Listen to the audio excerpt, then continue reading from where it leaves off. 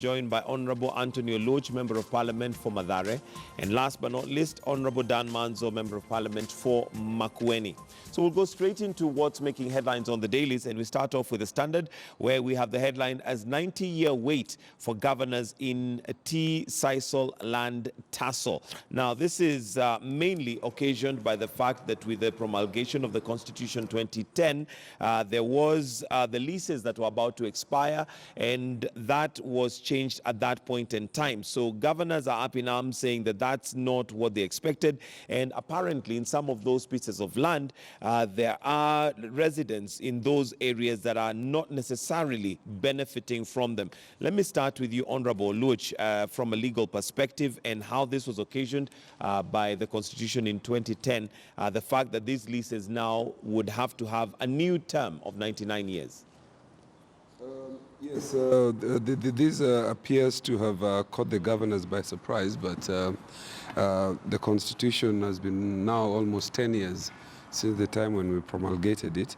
So the governors are really, I think, at this particular time, ought to have come around this issue, engaged with the government, engaged with the Ministry of Lands and the National Lands Commission, so that this issue did not have to come as a surprise when the 90-year-old lease is coming to an end. It will also depend on how the governors want to look at it in terms of their engagement going forward. But I think they should be able to engage with the National Land Commission and the persons concerned. Absolutely. Yeah. Honorable Gachagua, some of their argument is that they're locals who may not benefit from that land. Is that particularly true, given that some of these organizations that own this land or have leased this land are actually using it for, growing coffee and tea? Well, I must say these large parcels of land have pros and cons. To a certain extent, if you look at Kakuzi in Murang'a County, the coffee estates have provided, labor for the local people for a long time.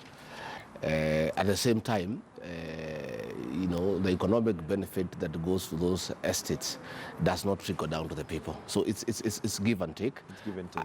And I think what the governors need to do is to enter into serious discussions with the owners of these large tracts of land in terms of corporate social responsibility.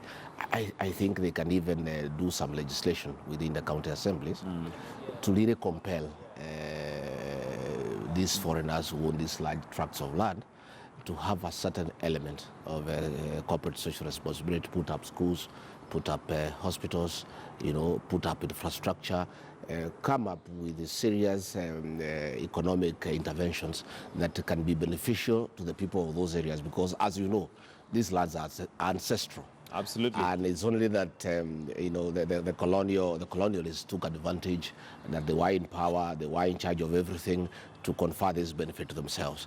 So I think there must be a way of circumventing around the law and sitting down with the owners of these estates and coming up with some legislation in the respective counties, in the county assemblies, to compel these people to come up with certain interventions that will be beneficial to the local people. To everybody. And of course, the facts on the ground is that it's the Constitution, and nobody really can argue with that. I don't know, Dan Manzo, if you would want to weigh in on that. Yes, you know, the new Constitution has set new limits such that for leases in town, if it expires or if it was a freehold and it's bought by a foreigner, is now going to become a leasehold, which is 99